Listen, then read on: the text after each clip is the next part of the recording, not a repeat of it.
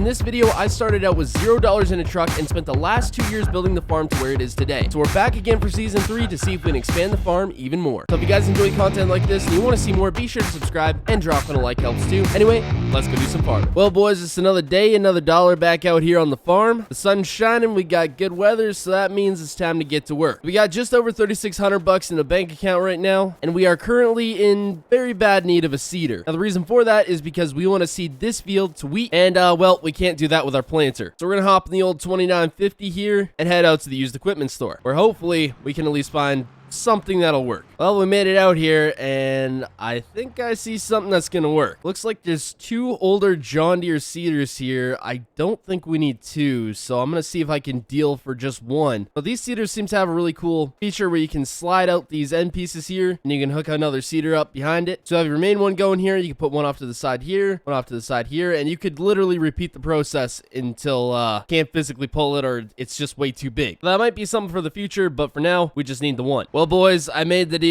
$3,000. That leaves us with just $622 left, which is not a lot of money, but we'll make it work. Anyway, we just bought one, but you can slide these out on both sides, and we could definitely upgrade in the future, but I think we're okay for now. Anyways, I'm hoping this should do the trick. Well, it was a long drive, but we made it back here. I think we're going to try get this loaded up with seed and fertilizer, and then we should be good to go. So currently, we have a small issue. That issue being that this planter takes liquid fertilizer, but this seeder takes solid fertilizer. Now, most of our fertilizer here is liquid, this stuff right here, but we have this old pallet of solid fertilizer here, so I think we're gonna try to get this out. It should be okay to use. I hope. We're gonna find out either way, I guess. Let's get the combine moved out of the way here. Usually midsummer, we get a bunch of solid fertilizer to spread on the fields, but this is kind of the last of it we have left, so hopefully we can get most of the field done, if not all of it with this pallet, but we'll see what happens. There we go. So that takes pretty much most of the pallet here. We might have enough, but I'm not entirely sure. Get some seed put in there and we should be good to go. Well, we finished off the last of that bag there. That about halfway filled it up. So I think we'll use the second one here and that should do it the rest of the way. All right, perfect. Good to go. After getting the seeder ready to go for wheat, I hopped in the old 4040, grabbed our disc, and headed out to the second field. Since we didn't have time to disc this field over fall, it was now time to get it cleaned up over spring. Since getting the trees that were previously in the field removed a week prior, it was now pretty easy to work in. After getting the field all disced up and ready for planting, we headed back to the farm, cleaned up our now dirty equipment, and set it aside for later. Alright, so I just got some really big news from the bank. Our $150,000 loan just got approved. Now, Austin, you ask, what in the heck are you going to need a $150,000 loan for? That is a huge amount of money. You struggled to pay back the last one, and it was about half that. Well, this is the year I figured we'd go big or go home. Now, we ended up buying this chunk of land last year, and it had a bunch of stuff on it. We got rid of most of it, and I've always wanted to do cattle. But frankly, we've never really had the money all at once to go build a massive barn, get all the equipment necessary, and so on and so forth to actually do cattle. Now, I've had this kind of plot marked out for a long time now, and I figure this is the perfect time to actually start breaking ground for a brand new barn. Now, that brand new barn is going to cost us anywhere from about $50,000 to $75,000, but that comes with just about everything we're going to need to actually have cattle, minus the equipment, of course. So I think right about here is where we're going to build it. Now, I do think I want to clean out some trees or somewhat of a pole barn out here, and obviously get rid of a lot of these other ones so we can turn all this kind of land out here into something we can actually cut for hay. Now, if you look right over here, you can kind of see our plot. It's number 33. So we've got all this land kind of right about up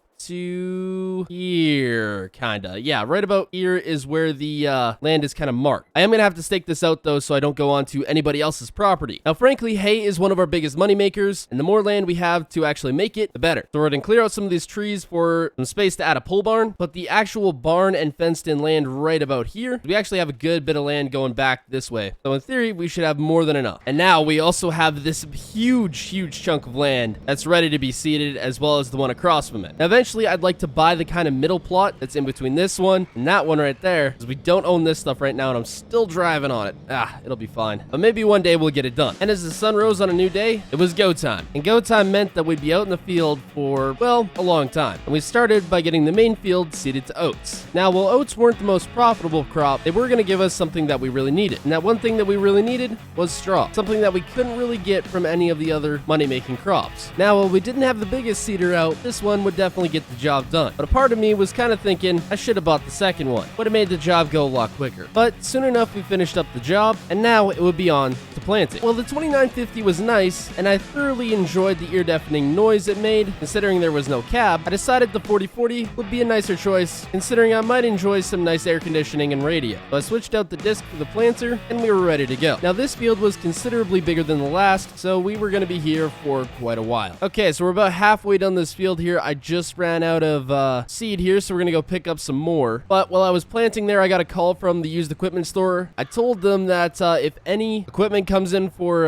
cattle, you know, to let me know. Oh, there's a helicopter. Look at that. Anyway, if there's any equipment coming in for cattle there, to let me know. And he said he just got a bale processor in there, so we're going to go check that out real quick. Got to fill up the seeder here in a minute, but I think we'll leave that till a little bit later. Hop in the old Ford here and head on down there. Now, those bale processors usually go for about $30,000 brand new, and that's a lot of money, but this one is used, and he said he wanted $15,000 for it right off the bat, so we'll see what kind of condition it's in. Well, this is it, I do believe. Yeah, this thing actually looks in really good condition. You can see here there's a little bit of wear, but like barely anything. This thing almost looks brand new. A little bit here and there. Paint's even shiny. It looks like they shined it up here before they tried to sell it, but yeah, this actually looks pretty good. I'm just gonna ask if I can go grab a tractor here and just test it out quick, make sure all the hydraulics work on it, make sure it's good to go, and I think if everything works good on it, I'll have to buy it, because we're definitely going to need this once we get the cattle in. Spread straw, give them a little bit of hay, silage there, all that good stuff. Silage bales, at least. All right, they said I could grab a tractor here, the old case 8910, I do believe. I kind of like this tractor, actually. It's not half bad. It is two-wheel drive. That's one thing I really don't like about it, but yeah, it's a little big for this processor, slightly. All right, that looks like it works good.